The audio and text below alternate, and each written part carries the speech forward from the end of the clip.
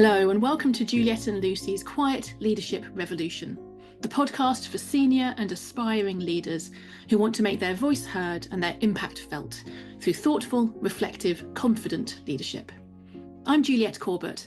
I'm an executive coach and strategist, and I work one-to-one with senior leaders, guiding them to find their strategic focus, empower their teams, and regain control over their time. And I'm Lucy Gower. I'm a facilitator, trainer and coach, and I empower leaders to build their happy, confident and high-performing teams. Today's episode is the fourth in the series on shifting your perspective. And today we're going to be talking about whether extrovert leaders are the most impactful. What do you think, Juliet? I don't want to give away my answer straight up, but I think this is really important as a topic. And actually, I don't think it's a coincidence that the name of our podcast, The Quiet Leadership Revolution, might give people a clue as to the answer we might be exploring in today's episode.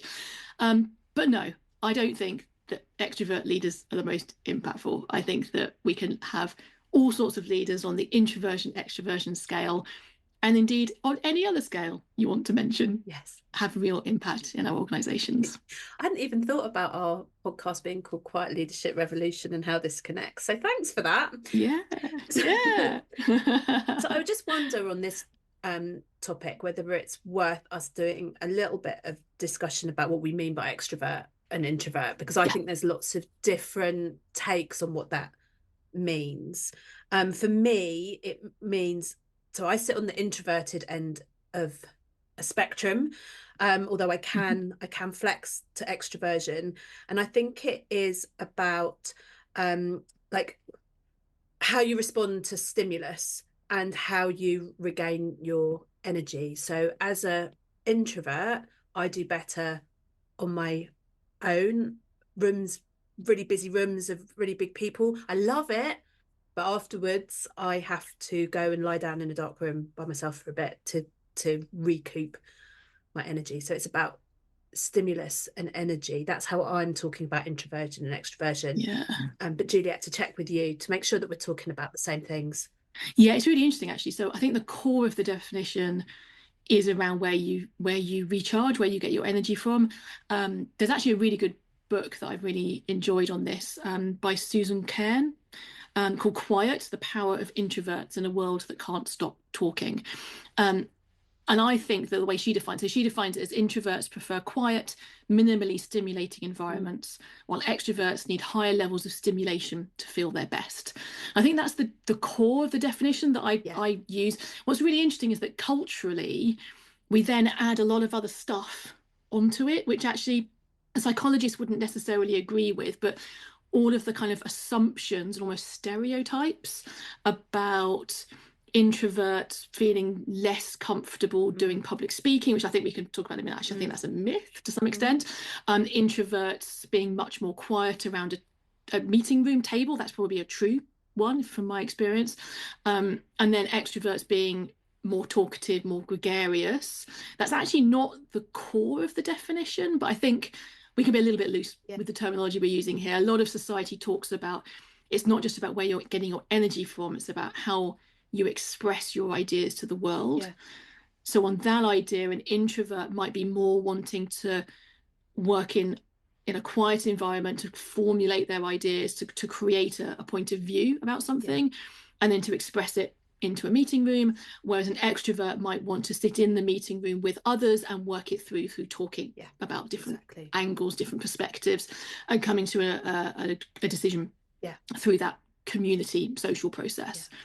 Yeah, exactly. I agree with all of that. And I think the thing that adds to that is, I think in the working world that we operate in, that there is a bias for extroversion. I think that extroversion is seen as preferred.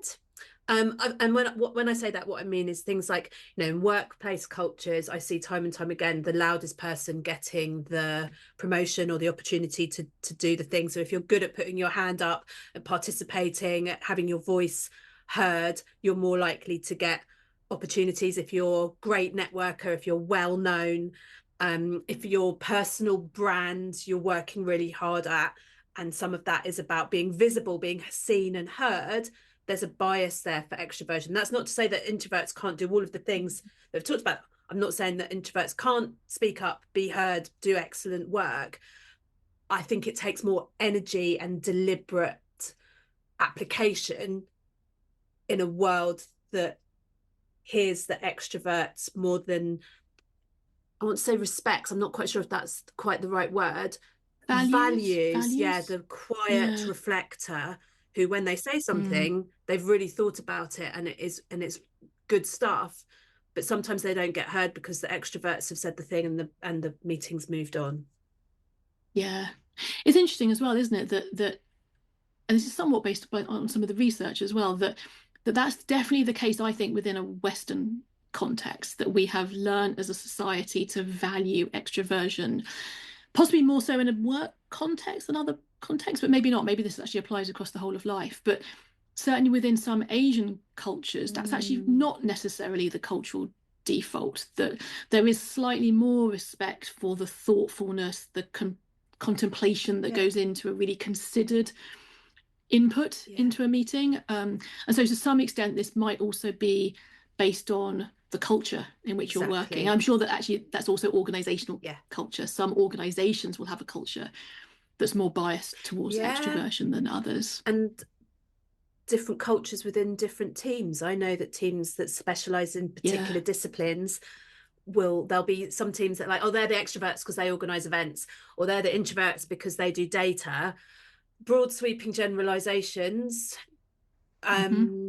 But I can, if I am working with a whole organization, I can spot the likely disciplines of the different teams just from how they're behaving and Yeah. interacting with each other. That might be about Yeah. extroversion, introversion. That might be about something different. Yeah. And I think that you get those little subcultures within organizations, Yeah. and this introversion, extroversion, that the bias is one of the elements that might define differences between those subcultures. Mm. The other thing I would mention, actually, just before we move on, is there's this thing called ambiverts as well. And the reason I know that is because that's what I am, which basically is a word to mean someone who's almost exactly kind of halfway between the two.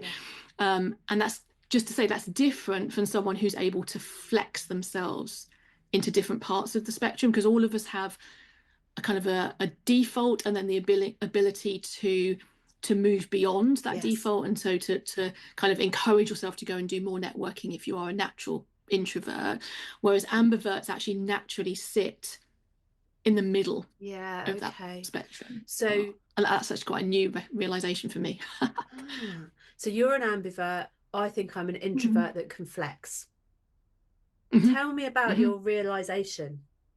So I went through most of my working life, and I would categorize this from about my kind of early 20s onwards, thinking that I was an extrovert. Mm-hmm. And there are a couple of reasons for that, partly because in my sort of home environment or family and friends environment, I am more extrovert than some of the others around me. Mm-hmm. And so I thought that means I am at the extrovert end of the scale. But also it's because I think I subconsciously recognized that extroversion was serving me well in my career, and therefore I was dialing that up without even noticing that's what I was doing. So I really would have defined myself as an extrovert for most of my working life, and then probably only about 5 to 10 years ago, actually it was during the pandemic, so maybe it's even more Yeah. recent than that, I suddenly realized that maybe I'm an introvert. And that maybe actually the reason I'm feeling so exhausted by all of this business and activity is because I'm not Yeah. giving myself the time to recharge, because I didn't know that that's what I needed. And it actually was interesting that I'd noticed a pattern when I was spending time with family. As I said, quite a few of my family members are more introvert than I am. And they would Mm. automatically take themselves off to do something on their own and then come back and join the family. And I wasn't doing that because I hadn't learned that behavior. And so I would just get more and more and more exhausted and, let's be honest, stressed and fractious during extended family get togethers, until I realized, hang on a minute, I'm more introvert than I realized, and then experimented with giving myself time away. And not just in family circumstances. I now have 1 or 2 days a week where I don't do any Zoom calls, I don't do any client contact, because I have to have time just for me. I'm working, but it's just me. And those are now learned behaviors because I've realized that the extrovert, sorry, the introvert in me needs that. Needs that Exactly. recharge time. Yeah. I love that.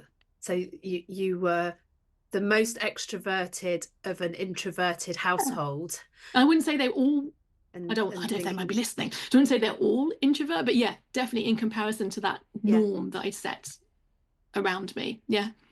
yeah. And there's no shame in introversion. So I No. remember um first hearing about these terms, and I was doing a Myers-Briggs workshop as about 20 years ago probably, and one of the categories of Myers-Briggs is whether you're introvert or extrovert. I've always thought I was a extrovert, and then there was me and a couple of other people that were introverts, and I was horrified. I was like, I must have filled it in wrong. Can I do it again? What does this mean? And I didn't really understand what it meant, but I made a whole bunch of assumptions that it meant that I didn't like people and needed to be on my own. Anyway, once I had that diagnosis, don't know if that's the right word either, I did a lot of research and thinking about what I needed in my own behaviors. And yeah, I'm a proud introvert for sure.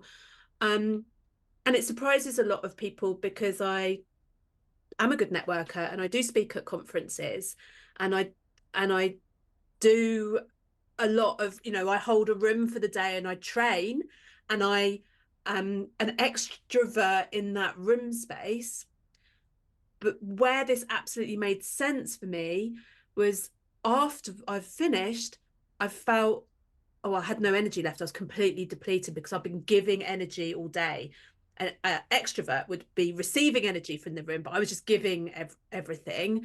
And in a similar way to you, Julia, it really helped me to go, oh, okay, so that's what I need. So I know now if I do a keynote speech, the next day I need to not do anything that is people facing in order that I can get my Yeah. energy Yeah. back again.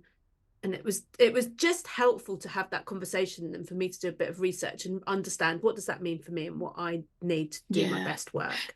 This is an aside. It was I actually rejected entirely my Myers-Briggs personality results about a decade, maybe more ago, because it told me I was introvert. And as soon as I read it, I was like, well, that's clearly wrong. I didn't even read the rest of it. I did it again more recently. Once I'd realized that maybe there was something in it, did it again more recently, and not only does it say that I am actually an introvert, but it also had so much more truth about who I am and the things that are strengths and weaknesses of my own. That yes, I wish I had listened to it as you had a little earlier. It would have saved me from a certain amount of exhaustion along the way. Well, I think with all of these things where, it's human beings are so complex, I think it's difficult to really be able to put I us into agree. boxes. But I think from a leadership and a team building perspective, having the conversation about how we're different and here's what I need, whether whatever model you choose to do and whether it resonates with you or not, is a helpful exercise because we're all different and we've all got different Yeah, strengths. And the point is, if we can understand more about yeah, each other, we can work together as a exactly. team and be happier and do better. Yeah, and just as a brief note on those personality tests, I think one of the most exciting things that you can do is as you're reading the results, it's the question is what feels so true. It's almost like how do they know? That's a really interesting kind of conversation. And then what are you rejecting? What is just wrong, or what are you pushing Yeah, away? It's not that it's giving you a definition of who you are, because nobody can do that. No personality test can do that. I shouldn't try to.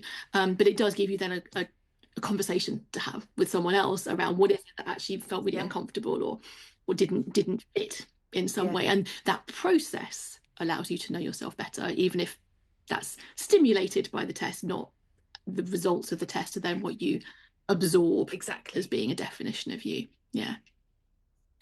Yeah, exactly. So I think you're absolutely right. A lot of this is about it's about managing energy, isn't it? If you've got that self-awareness about that introversion, extroversion, and where you are on that scale, then it can help you to Mm-hmm. manage things like making sure that you've got time afterwards to recover, and making sure that you've got your diary and kind of the rhythm to the week set up in a way that actually enables you to do the best work you can. I think that's the answer to the question: are Yeah, extrovert leaders most impactful? I think we've roundly said no, they're not. Any leader No. can be very impactful, but one of the keys to being impactful is having the self-awareness, and this is one of many elements to be self-aware of, and then proactively doing something about it, kind of managing that process so that you can do your best, most impactful work. Yeah.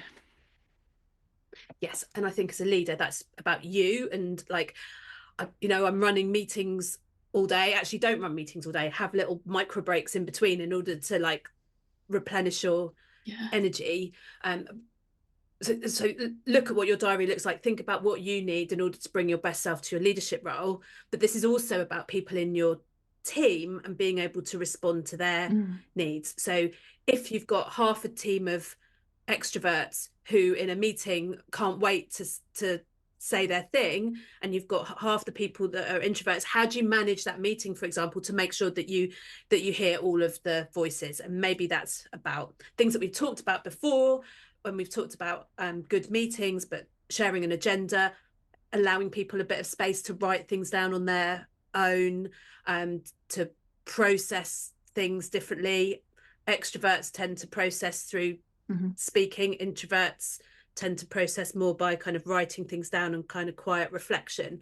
So there's lots of things that you can do knowing your own default style and knowing who's in your team to think about, how do I get the best out of people regardless of where they're sitting on a introvert, extrovert, ambivert spectrum. Yeah, actually, I think we'll put the link to that meetings episode in the notes, because I think there's a lot of that about how you structure a meeting can be really, that's one of the set piece leadership situations where this really matters, in terms of understanding who you've got in the room and how you get the best out of that team, that group of people. And I think as well, it's the same whenever you're running longer workshops. I'm sure when you're doing workshops, the way that we create an agenda and the pre-work as well for that can be designed in a way that allows the best ideas, regardless of whether they're coming from introverts or extroverts, the best ideas to be heard, and then for actually the idea to stand alone rather than to be judged based on the way in which it's presented into the room, or the frequency as well with which it's presented into the room. The other thing that I wanted to raise as something to talk about in terms of introversion, extroversion, is something around the limiting beliefs that come with identifying as being one or the other. So a limiting belief is a belief that may or may not be true, that might stop you from doing something. So for example, the limiting belief that I'm an introvert, so I can't do public speaking. I hear quite a lot. I had that limiting belief for a while before I did some work and got over that. So I think there's something about identifying what are the beliefs that are holding you back, and if it's connected to whether you're introverted or extroverted, there's perhaps a little bit of work to do around that, because there's nothing that you can't do because you're an introvert or because you're an extrovert. I don't know what I do know what your thoughts are on that, but Juliet, I'm interested to hear your thoughts in different words to mine. You know my thoughts, because I agree wholeheartedly with what you've just said. Yes, yeah, absolutely. And I think it's just like the personality test we talked about a moment ago. No single word is going to dictate who you are or what your strengths and weaknesses might be.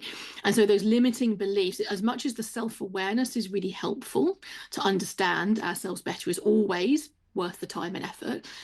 But what we don't want to do is for that then self-awareness to create barriers and to create these limiting beliefs, almost like hedges that you plant around to keep you safe around your, kind of what you feel you should be good at. In actual fact, I think most people through their career will try different things and realize that actually coming outside your comfort zone, trying different things, and it's about making sure those limiting beliefs aren't holding you back, at the same time as making sure that self-awareness allows you to set yourself up for success. So that might be, for example, as an introvert, you might think, I don't want to go to that networking thing because it's busy, and I don't like all the noise, and it just doesn't feel like a naturally enjoyable place for me to be. But actually the self-awareness comes by, actually this is strategically important for my career that I develop my network. That may or may not be true for you, but if it is, finding the way that you can be your best at that event is actually then what you want to be doing, not having a limiting belief which says, I don't do well at networking, I'm not going to go. Yeah. I don't go to networking events because I'm an introvert, and being able to just Yeah, sense check that. You might not enjoy them, or you might not think you enjoy them, yeah, or you might find that it takes quite a lot of energy to go, but is that a legitimate limiting belief? And to be able to unpick that a bit, I've got a quick worksheet on limiting beliefs and overcoming them that I will share in the brilliant, notes. perfect. And actually, just on that public speaking element as well, I think that society has the stereotypes around introversion and extroversion have created actually some limiting beliefs that aren't even true in the first place. So I think actually introverts can make really good public speakers. They might need to make sure they've got energy time to recoup the energy afterwards. But I once heard someone who said, put it really succinctly, what really made sense to me was, as an introvert, I'm really happy standing on the stage because I'm Yeah, delivering to the room what it is I believe in and what it is I know, my expertise. I'm also really happy, in the break room while another session's on, because I can talk one to one with the other people who are skiving out of the other sessions. Where I'm really unhappy is trying to network with hundreds of other people all trying to talk to yeah, me at the same time, snippets of conversations, a lot of noise. That makes me feel really drained, that part. But actually standing on the stage presenting, I'm not sure that is an introvert extrovert thing. I wonder whether that's linked to other limiting beliefs and potentially confidence levels yeah, and so on. But I think there are all sorts of ways that society has unhelpfully labelled the traits of introverts and extroverts. yeah, yeah. I agree. I agree. Yeah, fantastic. So, what are the key takeaways that you'd like people to remember from this conversation, Lucy? Okay, the things that I would like people to take away are like, own whatever you are. Like, if you have not kind of thought, oh, am I introvert or am I extrovert? Start to notice where do you get your energy?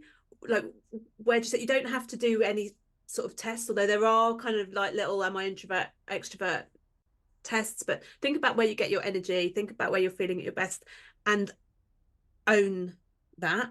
And then I think that there's just something around what goes with that is this piece around limiting beliefs. I work with so many people around limiting beliefs that I think if you've labeled yourself an introvert, unlock any limiting beliefs that go with that, because you introvert extrovert doesn't matter, you can do whatever you set your mind to do. But disconnect a limiting belief, it's because I'm introverted or it's because I'm extroverted. I agree with what you said earlier. There's something else that's getting in your way. It's not just that label. How about Yeah. you, Juliet? What's your things? Yeah. So I think any leader can be incredibly impactful. And actually, I would say the keys are the self awareness that comes from knowing how you work best. Yeah, Introversion, extroversion being one element of that self awareness that's really helpful. And then also having the ability to know how to push yourself beyond a comfort zone and know how to conserve your confidence and your energy, and those kind of balancing acts that happen that you learn along the way in your career, and that nothing's going to stop you from having impact. It's all about knowing yourself better. Yeah. absolutely. And Juliet, if people want to work with you to Hmm. help unpick some of the things we've talked about today. Yeah. So I think self awareness is one of the key great results from coaching. So when I'm coaching leaders one to one, basically we're always working on building that self awareness. So if you're interested in working with me, then the contact details are in the episode notes. And Lucy, how about you?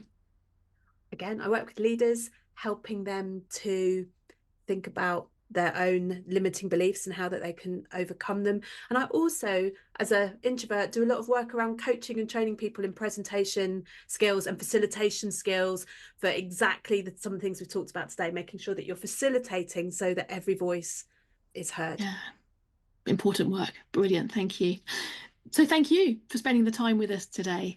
Don't forget that if you want to make your voice heard and your impact felt, you need to give yourself the space to think, the courage to lead, and the confidence to adapt. I'm Juliet Corbett, an executive coach and strategist working one to one with senior leaders. And I'm Lucy Gower, a facilitator, trainer, and coach, helping leaders develop high performing teams. Join us next time for the Quiet Leadership Revolution.